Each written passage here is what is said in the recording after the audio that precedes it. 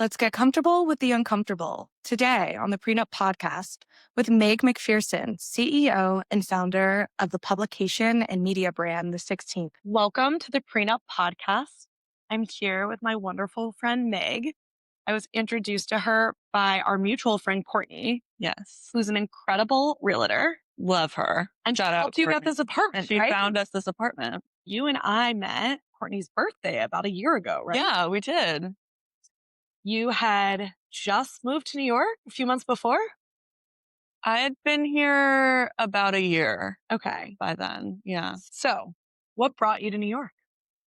A lot of things, namely a divorce. It was somewhere I'd always loved to visit. A lot of my friends growing up lived here.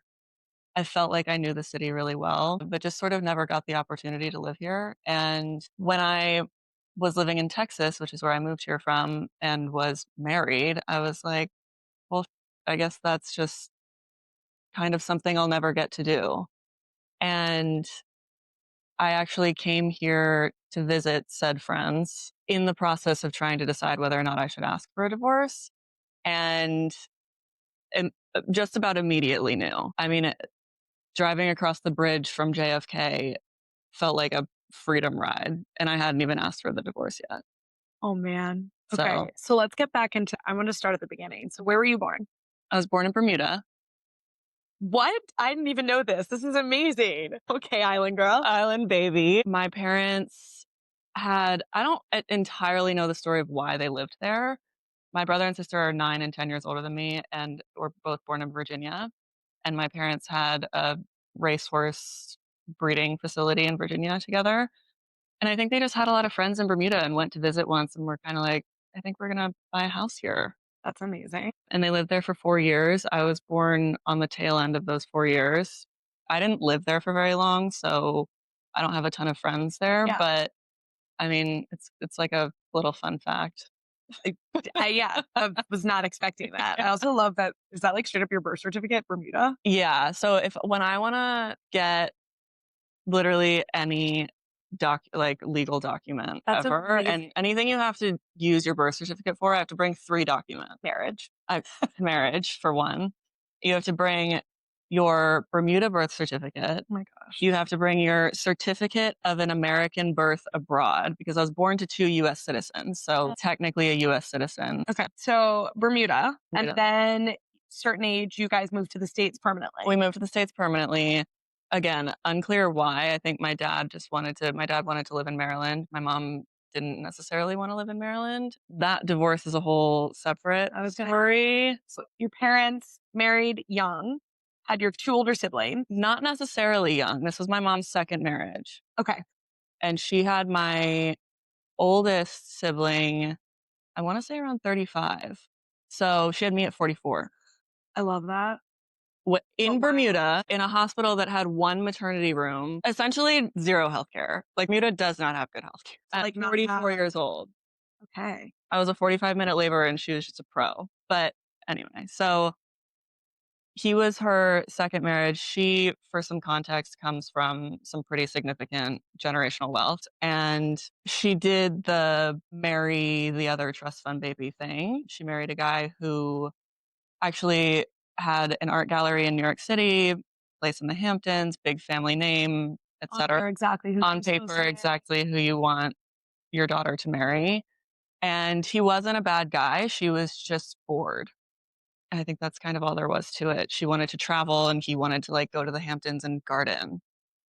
Literally. That's when I asked her. She was like, all he wanted to do was garden. Fascinating. Okay. So they got divorced. And I think, if I can psychoanalyze her a little bit, in her mind, she wanted to just run the opposite direction and ran straight into my dad, who was nothing like him, an alcoholic, a Navy man. They met. She was a riding instructor, Mishomic, which is now upstate. She was the riding instructor. He was the grounds manager. He's certainly not a trust fund baby. He's actually the complete opposite. I don't think he owns a polo shirt. He doesn't actually know what a polo shirt. He doesn't actually know what is a collar. So I think it, to her, felt sort of like, oh, this is love. It's not perfect, and that's what makes it romantic, kind of thing. Endearing. Different. And he was very charming and he used to be handsome. And I think swept her off her feet a little bit. And then they got married on a Tuesday in Bermuda, which I always thought was such a rich person move to do. Like, you guys have nothing else to do in your week, then just like assume that 200 people can come to your They did, wedding. which is also wild. Which just all of Which is it. insane. And I don't know a lot about their marriage at the beginning. I obviously heard a lot about it at the end. He wasn't a good guy. I've like, even in the last couple of weeks recently, learned some actually really, really terrible things about him.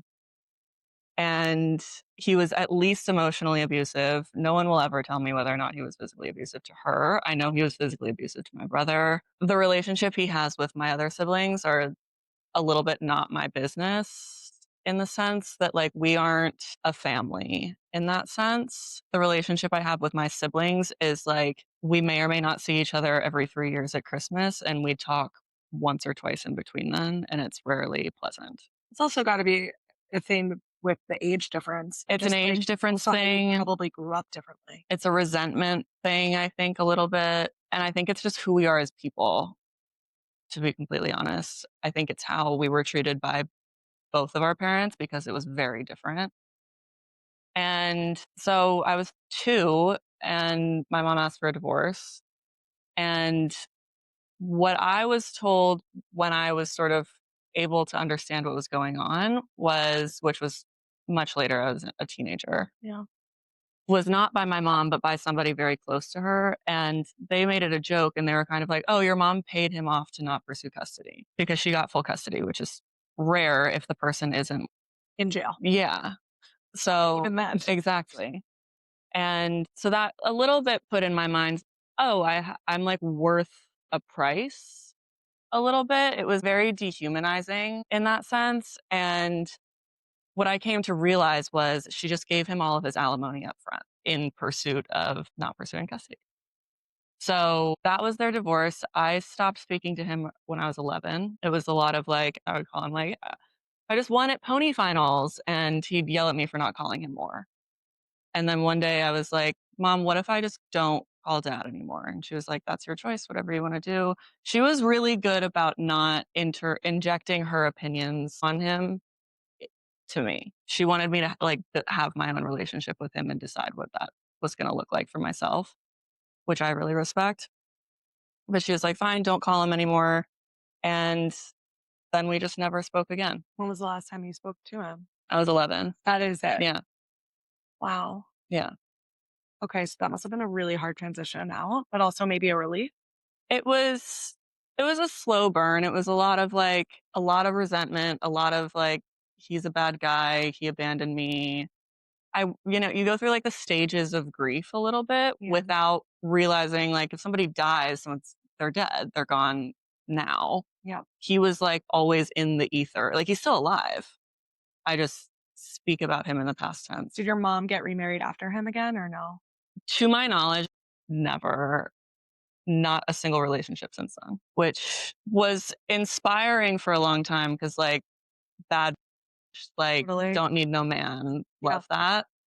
As an adult, having gone through a divorce, having adult relationships now, I realized that, and to no fault of her own, but just circumstances, I never saw a healthy adult relationship. No example. No, I had no example. I mean, Were there any like aunts and uncles in your sphere that had really good relationships, or was it not really? I mean, I have an aunt that I'm very close to. She lives in San Francisco, and her relationship with her husband, my uncle, is great and very, very loving, but I don't see them very often. Most of my friends, whether it was their parents, aunt or uncle, someone in their life was emulating a healthy, stable relationship. Yeah.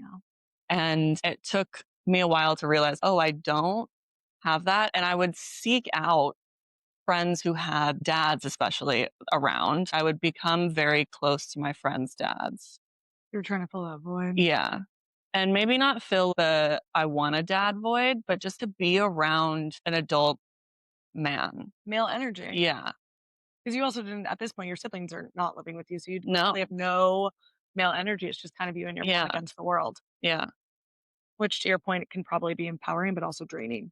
It was tough. I mean, I'm positive it was tough on her. She had to be both parents. She had to protect me when I got my first boyfriend and have that talk with him when usually the dad would do that. She had to lean on people like my horseback riding trainers who I was very close to and I could say almost partially raised me. But where's the line between like we pay them like they're an employee, Yeah. essentially. And there were other employees of my mom's in my life who were men who I would be like, oh, he's like basically my dad. But there is a line there of like what's appropriate. They work for you. Yeah. So it's like, what is the relationship actually kind and endearing and Yeah. charming because they care or because they have to care? Yeah. What's appropriate for them to say to me or to say to my boyfriends or, my mom had an employee for longer than I was alive. He and I were very, very close and he had that talk a little bit with my ex-husband, but again, I'm sure that was a conversation he had with himself of like, what are my rights here a little bit? Yeah. So that was something that as an adult in a lot of therapy has made me realize that was severely lacking and really shaped a lot of who I am and a lot of like how I build relationships. Yeah. So, okay, let's get into that. So, high school, did you have a boyfriend or lots of boyfriends or? I had every boyfriend on the planet. I dated everyone. Oh my God. It was like it's like a running joke in my friend group. But like I didn't go to a normal high school. I traveled with the horse show circuit. And the horse show's year it's literally the year. The season doesn't end. So from January to April, we were in Florida. From April through the summer, we were based out of New Jersey, but we'd go to Kentucky and Canada That's and like a Europe. lot as a young kid. Yeah, I mean, you're professional child athlete. You think about like the gymnasts who are in the Olympics and like they're 12. We were putting in the same amount of work. You obviously can't go to school and do that. Do you ever feel like you were really leaning into that more of an escape from or trying to build this family around the tour? Or was it just I don't love riding?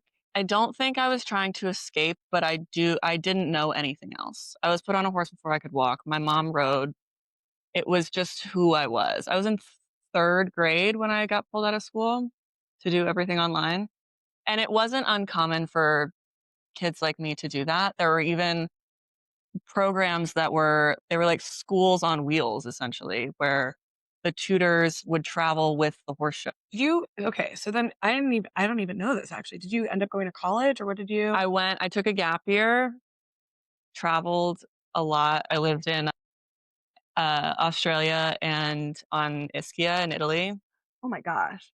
It was the best thing ever. I loved it so much. But I went to University of Miami for 3 semesters Okay.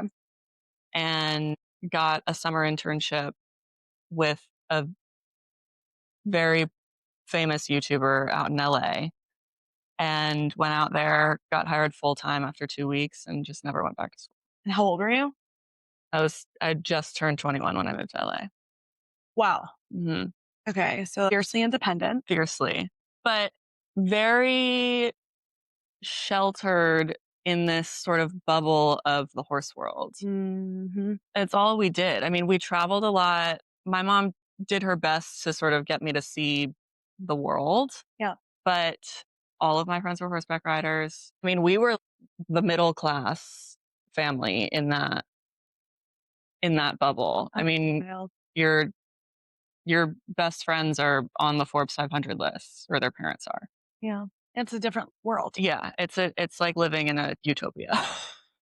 My gosh. Okay. So tested out Miami, moved to LA. What happens in LA? I worked for the YouTuber for a little bit, had a lot of good experiences, had a lot of bad experiences, then left that business better than I found it, but still not on great terms. I started working at a boutique production studio that was owned and run by a former head of one of the really big studios. And he was like, I don't want to make movies anymore. I want to make short form content. I see where the world's going. So he brought in me expert in short form content after working in YouTube for 6 months. And that was fine. I realized I didn't want to do that. And so I quit that job. And just sort of like bopped around LA. I did some consulting. I consulted for Playboy. I consulted for Wilhelmina. And I had this following on Instagram because of working for the YouTuber and started sort of leaning into content, traveling. Yeah. And then I met my ex-husband. Okay. So how did you guys meet? And how old were you? I was probably 24 or 25. I had known this girl. I was living in a house by myself. It had 2 bedrooms. She needed a place to stay. I was about to go to Africa with my mom for 6 weeks. I need someone to watch my dog and my cat. And I was like, you can live in my house for free if you take care of my animals. She never moved out. So she tells me that she has this friend coming from Austin, Texas. She like, walks him up. He's a male model. He's so hot. She clearly has a crush on him, but talks down about him. Like, Yep. that it's like, Yep. anyway, she was like, I want you to meet him. We should do some photo shoots together or something. Okay. And didn't know this. Unbeknownst to me, she had invited him to stay At your house. on the couch in my house. He shows up. I was like, hello, who are you? What's going on? Then I remember he's her friend, whatever. Chatting, conversation sparks. Okay, this guy's like cute, whatever. He was super charming. And I was talking to her the next day about it. He's like really cute and cool, whatever. And I was like trying to get the vibe because I wanted to make sure that I wasn't Stepping on. going against girl code a little Yeah. bit. She again was just like essentially talking about him. All right, well, Great. see what we see. And a few months go by and he and I are texting and chatting. So I texted my him, I'm going to come visit you in Austin. And that was February 2020, March 2020. No. It was March 2020. Oh my God, I didn't know this. I was in Austin with a strange man staying at his apartment. World shuts down. Austin airport shuts down. My flight home is canceled. I was going to get a hotel, couldn't get a hotel room. And all your animals are still in. All my animals are still in LA, safe and fine because they're with her, thankfully, and not like at a boarding facility. But I'm like trapped In Austin. With this guy. Yeah. So it's fine. We're like having our little fling. Everything's great. And you're thinking like, okay, this will end soon. Yeah. I'll be able to go I'm back going to to go LA. home. And what we decide to do is take his pickup truck and road trip from Austin to LA. And we were going to stop in Colorado and stay in Vail where my mom has a place and then go stay with my mother. This is a man that's like not even my boyfriend. We went to Vail and we stayed in Vail for several weeks, which was the most insane experience ever because like peak ski season in March, the Vail Village is empty. Eerie. Crazy. Kind of a cool experience. And it was like actually really cool. And he was a snowboarder and we would like hike up the little bunny hill with our skis and ski down and like run around the town. We'd like basically have the run of the town. Kind of in this like La La Land relationship with this guy. It was like dystopian. Yep. Looking back a little Black Mirror-y. Yeah. But also like thankful that you're not alone too. Thankful I'm not alone. I mean, he was like a life raft when I can't imagine life in LA living by myself. Yeah. In that time. So anyway, we go visit my mom. She has a ranch in Boulder. My birthday's at the end of April, and I remember it was right around my birthday. And then we road trip through Arizona where his brother and sister-in-law and their kids live. Stay with them, meet them. So you've basically skipped in a normal relationship. You skipped all the... We've skipped everything. Yeah. We lived together after our first date. In there. I don't know what. COVID was a wild time. That was insane. Like the greatest rose-colored glasses ever. Truly. And we were saying to everyone who would listen, like justifying it, this is so great because we're not alone. Well, one, we're not alone, but we've just fast forwarded in a relationship. You don't have to waste 3 months deciding whether or not you want to be officially boyfriend and girlfriend. Like we just already are basically married. So we get back to LA. We're living in a house that I had bought in LA. And at this point also, did he have a career or was he still just modeling? No, he was a model. Okay. And so were you basically funding everything? And it wasn't even like a question, really. It's never from him or from me. Yeah, it wasn't really even a conversation. It was just like, oh, you can afford to support 2 people, so that's what we're going to do. And did you feel obligated? I felt like I wanted to hang out with this person and like, you don't want to lose. He couldn't afford to hang out with me unless I paid for it. Interesting. Okay. So That makes total sense. that's teetering on escorty, but also like so for that. Oh my God, that's so funny. Maybe there's also in a way it's very much like, I don't know if guilt is the right word, but a lot of people who are fortunate Yeah. feel like, oh, well, I'm so fortunate I can be generous. And it's not, it's a, hey, I love you. I want to take care of you. Yeah. It's that, and I want to do this with you. If you can't afford to do this, it doesn't matter because I can. Yeah. Which is something I had to unlearn. It's a little bit like, I want to go to this concert. I'm going to buy everyone tickets so that they can come. Yeah. So it's definitely something I had to unlearn. So you guys are in LA now at this point. Yeah. We're in LA living in a house that I own. Still COVID, still weird. Under martial law part of the time, you get a ticket and arrested if you're like outside your house at certain hours. This is peak bonding. Trauma bonding. Mm-hmm. And we're like, we got to get out of here. So my mom's from Texas, hates LA. And I was, Mom, I want to move to Texas. She's like, great. So she loved that idea. And I don't even know if you call it dating. We're just calling each other boyfriend and girlfriend, and You're in it. living together. But we've had like zero world experience. This is like Q3 of 2020. Playing house. And we decide we want to build a house in Austin, Texas, a city I've never been to. Well, only besides visiting him once.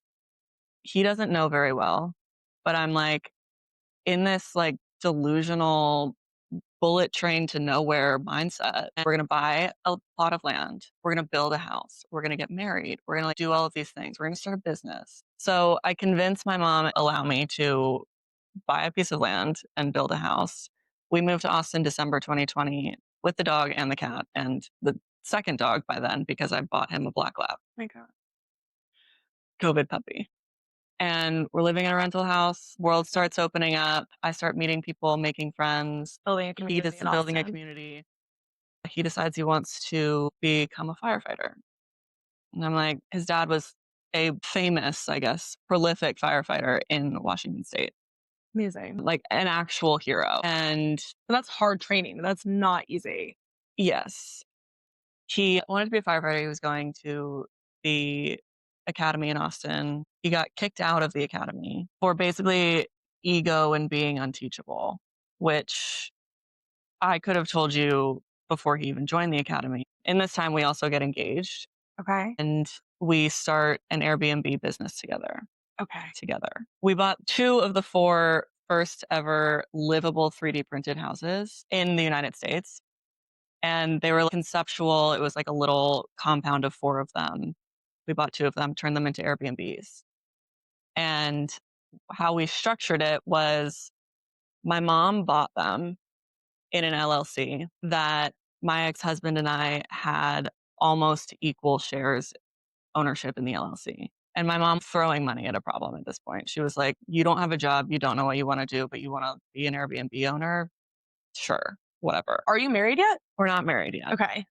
But he doesn't have quite equal. Decides that if he doesn't have controlling interest in the LLC, though, he wants to be CEO of the LLC. What? He just decided this. Like the ego gets out of control. At this point, also, you'd bought a property to build a house. Yeah. We were building a house, planning a wedding, starting this business. Like I couldn't sit still because I needed distractions from what I was clearly learning deep down. Was a house in both of your names or just your name? No. So thank God. We were smart about that in the sense that my mom was able to convince the trustees to allow me to borrow, to essentially take out a line of credit against my trust. Okay. So that he did not put $1 into that house, which was good in terms of clean break. But at the time, he would say things like, I deserve 50% say in what it's going to look like and what furniture and stuff like that. And what that turned into was it wasn't super cohesive because he and I had really different tastes. And then there were like weird details. The house turns out to be a reflection of your marriage. Yeah. Of trying to make it all fit, but it's just not fitting. Truly. Okay. So you've built this house, you started to furnish it, you're not married yet. Mm-hmm. You're on your way to get married. You have a date set, have invites been sent. And did you get a prenup? Absolutely, we had a prenup. Good. And how did you bring that conversation up to him? So I didn't have to bring up the conversation. There is an icon who I never actually met. She's my half aunt, my mom's half sister Okay. from my mom's dad's first marriage. Okay. It's a lot of divorce in the family. And Mila was, from all the stories I've heard about her, just a wild woman. Spent a lot of time in Paris and was free spirit. And she wakes In up Las Vegas. butt naked in the back of a pickup truck in Las Vegas, having just married a stranger. Oh my gosh, I die. To me, hysterical. To my grandfather, full panic because there was no prenup. No. And so that sparked something in our family trust structure, which is they put something into place, which is essentially if I did that, I would be effectively written out of the wills until a postnup was created. So it's not like to punish me. It's not like you crazy person, you can't, you're written out of the will now. It's to protect what was built. Totally. And so now there's a legal domino effect that I would be written out of the will until there was a postnup, and then I would be Written back in. welcomed back in. Yeah. I had told him that story. Thank goodness for good lawyers. Thank good lawyers, but it's like I can't even touch some of this stuff. Like, why do you think you can get a hold of it, kind of thing. So I had told him this story about Camilla. So he knew already. And I've used this story 3 times in my life for the exact same purpose, which was I think I might marry this person. My mom says, like, you'd have to be dumb, deaf, and blind to know that I don't come from something. So anyone can assume that that would be the case. But anyway, I've used it once with a boyfriend before my ex-husband, once with my ex-husband, and once with my boyfriend now. Okay. So thank goodness, prenup signed. Prenup signed. Wedding date is set. Wedding date is. Did you at the time before you got married, were there any moments where you were like, oh, Yeah. I tried to pull out of the wedding twice and love her in true good Southern woman fashion. My mom said, the invitations have already gone out. You got to give it a try. that is money. That right there is, oh my gosh. It's also It's probably also a reflection because she was like, hey, I tried it twice. Like, the practice marriage jokes that were happening between my family at the wedding. at the wedding. Yeah. He's a good practice husband. Oh my God. But like valid. Not wrong. But not wrong. Yeah. I mean, my therapist said something to me that stuck with me to this day. We were already engaged when she said this to me, but she was like, don't ever marry someone you're afraid to divorce. In the Repeat sense, that. you lean on them for everything and anything, or you feel like you couldn't exist without them, whether financially or emotionally, or, in the broader sense, like you are your best friend. You are the only relationship in your life that's going to be lifelong. And you've got to be good with you before you bring other people into your sphere. And, I I think he married someone he was afraid to divorce because in all of this, in this like whirlwind COVID situation, world opens back up, we're engaged, we're planning a wedding, we're doing all these things. We have real problems, real relationship problems. Our sex life was non-existent and he started being mean to me. And it was this merry-go-round of he would be mean to me and then I would be like, well, I don't have sex with you because you're mean to me. And then he'd be like, I'll be nice to you if you have sex with me. It was just like not so terrible like that, but he'd be like, my hormones, I have no release. And I'm like, Oh my gosh. so it was tough. And the resentment grew in more ways than one. I mean, Understandable. I started to lose a lot of respect for him once the world opened up and I saw him operating around other people. I'm like embarrassed about your behavior and you're just being your version of normal. Isn't it wild how someone can be so in your mind exactly who you need at one chapter and then the next chapter it's like, wow, not on the same page in anything. Yeah, It's truly the COVID goggles. it is.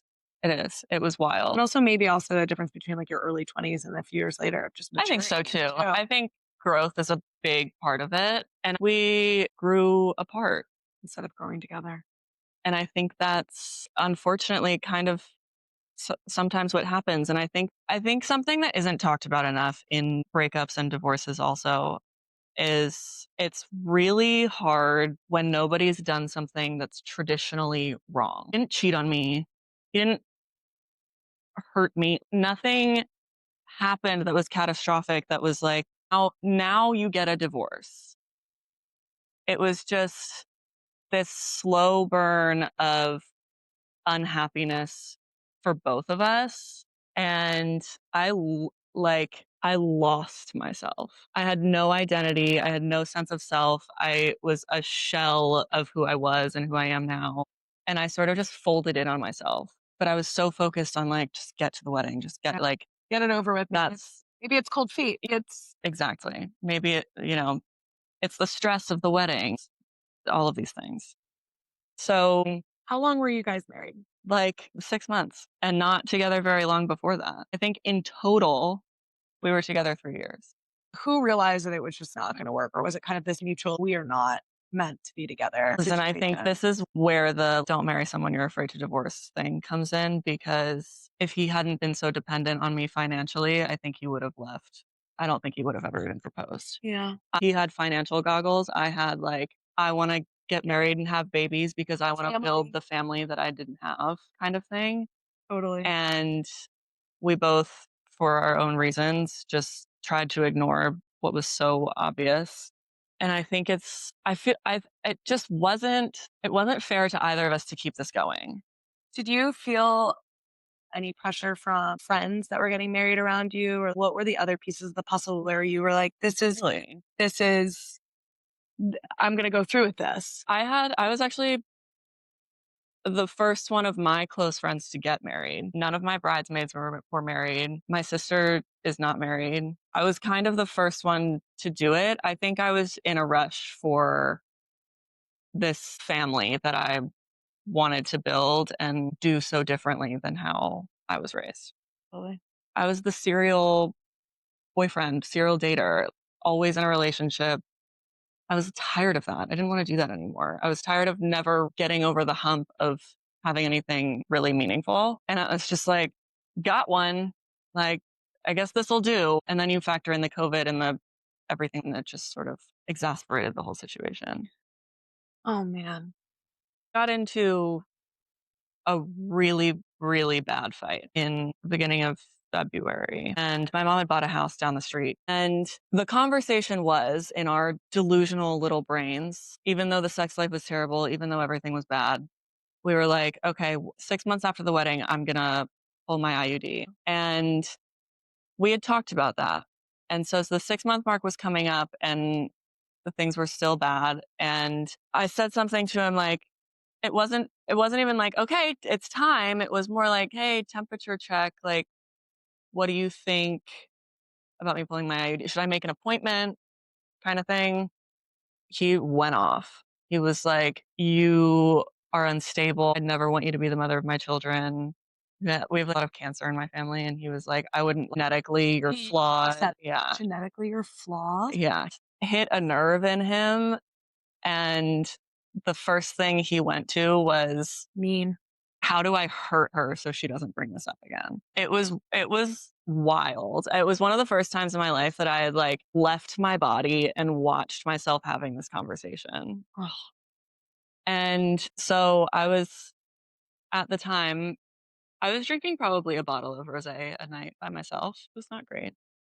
And I went to my mom's house and I lived at her house down the street for 10 days and emptied her wine collection, which was extensive. And then I kind of came out of it the last couple of days and I got to figure out what I'm doing because I can't live here. And Can't live like I this. can't live like this. So I called my best friend, who was my maid of honor, who lives in New York. I need to see you.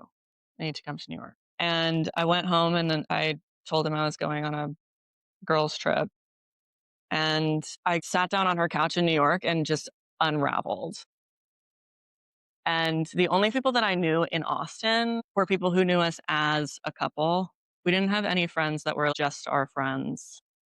He had some friends from the fire academy. But everyone was intertwined. Everyone was intertwined. So you didn't even have an escape of friends there or your own lives in a way. Yeah. There was no independence. Yeah. There was no autonomy. I also needed to be around people who only knew me and had known me for a long time. These are friends that I've known since I was like 13 years old or Oh, younger. And we just, for 5 days, talked about it over and over and over again. And what about this scenario? And what if he comes after you? What's my exit plan? What do I say? We scripted what I would say when I went home. And we called her mother and talked to her. She's just like a second mom to me. Called my mom, had my mom on speakerphone. Was there anyone that said, don't get divorced, try? Or was everyone like, yeah, this is the writing's been on the wall. Let's figure out an exit plan? At first, my mom wasn't unsupportive, but was certainly like, whoa, it's that bad. I didn't realize it was that bad. And that's a big part of it. Did she really like him? Loved him. Told me when we got divorced that she felt like she lost a son, which is hard. That's a whole other That's situation. something else. But I get it too, right? It's also Yeah. probably she fell in love with him because she wanted you to be in love, because she wanted you to have this family. Yeah. You've wanted it for so long. Yeah. Also desperate for grandkids. Like, Because she's older. yeah.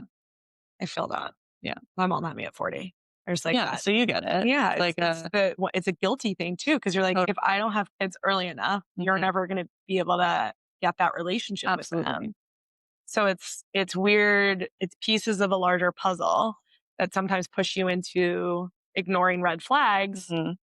because you're not just thinking about yourself wanting kids, but it's all these other, Yeah. I want to give my mom grandbabies. you want her to have time with them. Yeah. However, when I've always been very good at hiding the bad stuff. I'm not a super You're like emotional. compartmentalizing Yeah, it. I can compartmentalize. I'm not outwardly emotional. I had a My therapist mom, once tell me that kids of divorce, if it's like under, I think it was 12 years old, that you gain this amazing resilience that can be your greatest blessing and your worst curse. yeah.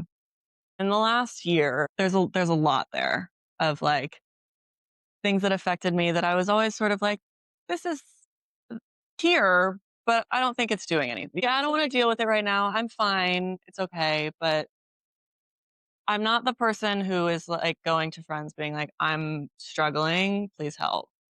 I'll like figure it out and tell you about it after. And I'm my mother's daughter in that sense. She doesn't ask people for help. She's obviously fiercely independent to a fault. And so yeah, it's survival. And it's a little bit like nobody knew how bad things were because I didn't tell anybody. And so once I started telling people what was going on, they were like, holy, you got to get out of there. Did your mom ever say, was she ever identifiable too, where maybe before she married your dad, she realized maybe it wasn't the right person? Or was she kind of, she wanted another shot at this family? I don't think so. I think she was very attached to my ex-husband, one, because of the opportunity for me to have kids, but also because she wanted to have a second shot at a relationship with a son because her relationship with my brother isn't awesome. Yeah. Also, probably she just wanted you to find a partner and be happy. Yeah. So her desire and want for you to be happy maybe overshadowed some of the. Yeah. And do you also feel maybe you or I want to give this to her too? Absolutely. Yeah. Absolutely. And it's always been me and my mom against the world kind of thing. I mean, my brother and sister were in boarding school when I was in kindergarten. I was raised as an only child. And, her getting divorced when I was so young, it was just us. So I have a deep sense of responsibility for her. And it's, you get to the age where you become the parent of your parent and they need care or something in health wise happens. And it's an moment. The mortality. Mortality. Like this person you think is your North Star who's going to be around forever is not. And That indestructible person is actually. yeah. Yeah. And watching them age and change. And she needs a lot more help now than she did. And my siblings don't even live on this continent. So regardless of the fact that I was raised as an only child, I'm really an only child in that sense of this is Responsibility aspect. all on me, which is fine. I'm happy to do it, but it's hard to watch. And it's definitely something that spurred me forward in this relationship. I hope one day I can give her grandkids, but I've done enough work now. I was going to ask, has that pressure been relieved or released, realizing post this divorce that sometimes it's really about you, it's not about her? Yeah, a lot. It took me a while to feel that way because Immediately post-divorce, in true Meg fashion, I just went straight into a fling. And I was like, oh, maybe this is the one. You were still seeking to fill that. Yeah. I was in such fight or flight, like disaster mode, sort of like cleanup mode. And I went into this relationship with like a friend from high school, not even a friend from like elementary school that I've known forever. And we grew up riding horses together. And he was very comfortable. Classic rebound. Classic rebound, which is so bizarre. But Also anyway, maybe in a weird way comforting that was the person that you were able to fall into after falling out of your marriage. Yeah. And like in a weird way, maybe that's actually a better safety cushion than some rando. I completely agree. I wish that I had handled it better in the sense that I had been more clear that that's what I needed. But you probably didn't know at the time that that's what you needed. So how can you be clear about it? True. The only thing I have a little regret about, he was a lifelong friend and we don't talk anymore. I could have been more transparent about the fact about what I needed. He was such a close friend. Like we were best friends. And the loss of that friendship is really tough. But at the same time, I'm like so grateful for what he was able to give me. And I'm very comfortable being friends with my exes. As long as you haven't like, cheated on me or hurt me, or if we like broke up amicably for whatever reason, I loved you once, or I cared about you to the extent that I wanted to be your girlfriend, there's no point in bad blood where there's. So you had this rebound, and then you moved to New York. Mm-hmm. I moved to New York in the midst of the rebound. Okay. At this point, you filed for divorce. How long did your divorce take? Longer than it should have, given my prenup. Tell me more. My prenup, as they relate to divorce paperwork, your divorce is just your prenup turned upside down.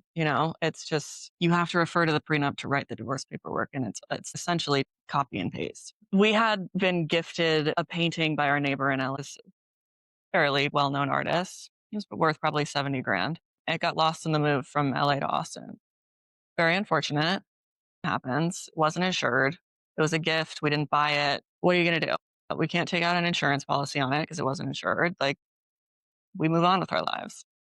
But it was listed in the prenup. Legally, it was mine because it was given to me on my property because I owned the house in LA.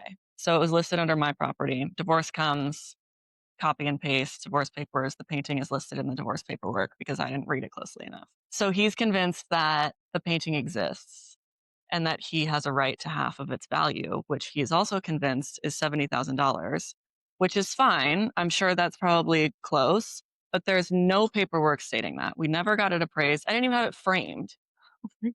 It was in a roll, like in the cardboard tube. This is so funny. I literally just heard almost the same story about the same. Yeah. Yeah. This stuff does happen. It gets lost. And then I didn't read the manifesto of items. Yeah. Close enough. And I skipped over the piece of art. That led him to believe that I had it and I was hiding it from him. I don't want to sound like a dick, but $70,000 is nothing to me. And half of that is less than nothing to me. I'm not going to fight you over it. I don't have the painting. Let's not be stupid. Totally. So then how did that end up dragging it? It drug it out. First, he wanted to be paid off several hundreds of thousands of dollars. He wanted $250,000. For a 6-month marriage. For a 6-month marriage and unclear what else. Also, you had been paying for all your living expenses together for years. He leveraged his percentage of the LLC trying to get, when we got those Airbnbs sold, he wanted that back from the profits of the sales. Those 3D printed houses values tanked after we bought them. And it was becoming evident that we were going to take a loss on these houses, and he wouldn't sign the paperwork to sell them because that was his lifeline. He was not getting paid for by me anymore. He wasn't getting the half of the painting. He wasn't getting the 250 grand that he asked for. So he was banking on these Airbnbs selling at a profit and him getting 40% of that. We sold both of them at a loss. And what I find ironic is that he wanted the profit, but when my lawyers went to him and said, we sold them at a loss, you wanted the profit, so now you have the debt, he wouldn't take it on. And I basically told them to do that to prove a point. Yeah. because I wanted to stick it to him a little bit, and I'm okay admitting that. And I wasn't going to fight him on it. I mean, you can't make money out of $0. Yeah.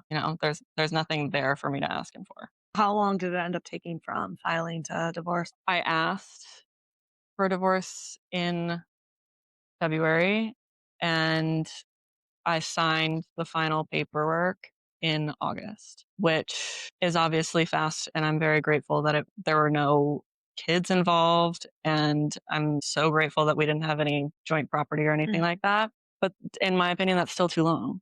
Especially for such a short marriage. For such a short marriage, for a prenup that was so ironclad. Yeah. And he still tried to fight it. Did he pay for his lawyer fees, or did you have to pay for? I had to pay for them. Oh. I Thank ended up, God there was a prenup, because otherwise he Yeah. would have come for everything, right? Yeah. Yeah. I ended up giving him the $150,000 pickup truck that I bought him that was in my name, the dog. And throughout the divorce process, I continued to pay for his therapy. And I think that was one of the smartest decisions I made throughout all of that, because in my mind, I needed him to be as stable as possible through this process. And I knew he couldn't afford it, and I knew he wouldn't go unless it was paid for. So I did do that. I'm not convinced that my mom didn't give him something. To walk away. Maybe not to walk away, but more to like get him standing on his own 2 feet. I don't think it was like, here, take this and then please leave her alone. I think it was like a, a gift out of She's pity. bad about everything that had gone down. Yeah. Yeah. She's adamant that she didn't, but it would not surprise me in the least if some proof came along that she had paid his rent for a year or something like that. Wouldn't surprise me at all. But it's not my business, and it's not my problem anymore. And that's her money, and that's a big part of what our prenup was. Yeah. Was this isn't Megan's. Megan has a trust fund that she has to ask to get access to at any given time. And you can't talk about something that's hypothetical, like something I may or may not inherit, in a legal document. So there were obviously clauses in there about like when and if and all of these things, but he didn't get information to think, oh, thank goodness he didn't get information about like my mom's net worth. Thankfully, he didn't get any information about that even with the prenup, because he was marrying me and I don't know. Okay. So you get divorced, you move to New York, and you're still willing and open for love and marriage and all those things. And you meet your now boyfriend. Yeah. I don't know that I, at the time, was open to love and marriage. And I thought forever was a fairy tale and all of these things. I met my boyfriend on a dating app. He was like a little bit of a test subject. I need to see how it feels to sit across from another man. First swipe was my boyfriend. And we met up, had drinks, and I was like, whoa, this is different. It felt like he like saw through me. And as someone who's like very, very good at wearing masks for certain occasions, I felt very disarmed by him in a very good way, but it was really uncomfortable from the start. I was like, you see me in a way no one else has ever seen me before or cared to try to see me before. And I've known you for 12 minutes. It was bizarre. And then a couple months later, we were sort of like on and off. We started back up when I was ready to start dating someone, because I met him too early into all of this, and I was like, oh God, like, I need a minute. I need to go to therapy. I need to be single. It's also amazing that you recognize that, because like if you guys had probably gone head first, it wouldn't have ended up where it's ended up now. Yeah. No, I completely agree. And I think it's a testament to how special he is and how special and important to me he would become. Like he says he felt it. I definitely felt it, but I was like, whoa, That's I've never scary. felt this way about someone ever. And I don't want to it up because I'm post divorce, and actually I was actively getting divorced at the time still. This is so messy, and I don't want that to impact this. So I put him on ice for a little bit. In November, I started talking to him again, and we were going on dates, and I was like just as infatuated. And I was at a charity event with our friend Courtney. It's full circle. Full circle with Courtney. And she was like, show me a picture of this guy you're dating. And I pull up a picture of him, and she was like, holy, that's I love so this and so. so much. That's my brother's best friend. I've known him since I was 14 years old. Remember, I met him on a dating app. So it's like, you're always feeling weirdos out on the dating apps. I didn't meet you at a bar and we like went the same places. I met you online and that's already a little weird. Like The algorithm. yeah, the algorithm, I don't know. When she said she knew him, it was like, oh, he's safe. Full steam That's ahead. real. I don't have to like be worried that I'm going to be a skin suit. But valid. But truly, Valid. I've learned anything from TikTok the last 2 truly, weeks. honestly. So that was sort of the moment where I was like, interesting. So this is like the next step of this is what's going on here. And then it's just like, it's the most normal relationship I've ever had. And it felt so slow. The progression of it felt so slow. I mean, compared to what you went through. Compared to what I went through with my ex-husband, but also compared to what I went through with everybody. Like every boyfriend I've ever had was quick and messy, and I was just always in a rush. Okay. So I feel like one of the biggest takeaways you probably have had, and tell me if I'm on it or not, but is you needed to slow down Yeah. to really reflect on what you needed and what you wanted. Yeah, I needed to be comfortable sitting still and feel okay in my own head and not even fix the relationship I had with myself, but have a relationship at all with myself. Which, when I started to think about everyone saying, a buzzword is healing your inner relationship and being your own best friend, healing your inner child, I would actually think about it. And I'm like, I don't really feel I need to heal my relationship with myself. I think it's fine. And then you really, really get into that. And I don't have a relationship with myself. I don't need to heal one. I need to create one. I need to like have an identity. And I think that has obviously really helped in this relationship. Also, my boyfriend is just extraordinary. So that's helpful as well. But I'm a firm believer and like a case study for you have to be good with yourself before you bring someone else into your. Everyone has having is not something to feel shame around, but being good with your and knowing how to deal with it, self-soothe, know how to be alone and be really, really comfortable alone before you bring someone else in as a band-aid, because that will come out. That will turn against you in that relationship. If you're seeking a partner for anything other than this person, I want to spend time with them, it's going to come out. Time heals all wounds, but time also exposes a lot. And people think, oh, I can deal with that, or, oh, well, I'll get over that. And no, you will not.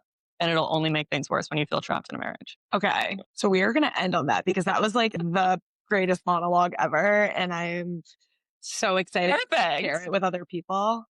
Yay. This was wonderful. This was great. I love this. I am so appreciative to Courtney for introducing us. And also, I'm so happy we're now neighbors. I know. I love that. And I'm really impressed, inspired, and proud of like how far you've come from. Thank you. What the life you could have had. Yeah. Which now that I know who you are, like now, right, in the past year, getting to know you, I can't even imagine you living in Austin, Texas, married to a firefighter with kids in like, it just. Essentially like cosplaying trad wife. Yes. Actually, though. Think about that. I even look at pictures of myself and I'm like, this 3 years ago, 4 years ago, and I like look so different. Yep. Granted, I had 20-inch extensions and like a big old Texas blowout. So maybe because you weren't even who you were yet. I have like a different look behind my eyes. It's bizarre. It's not bizarre. It's cortisol. Yeah. It's not the cortisol. That's true. That's so, yeah, I mean, truly. I was just talking to someone else who went through a divorce. And she was laughing. She was like, yeah, I lost 30 pounds because I was just unhappy. I didn't realize how unhappy I was until I became happy. I was 90 pounds on my wedding. I don't think I've been 90 pounds since second grade. The Christmas before my wedding, we went to Turks and Caicos and I was 90 pounds. No.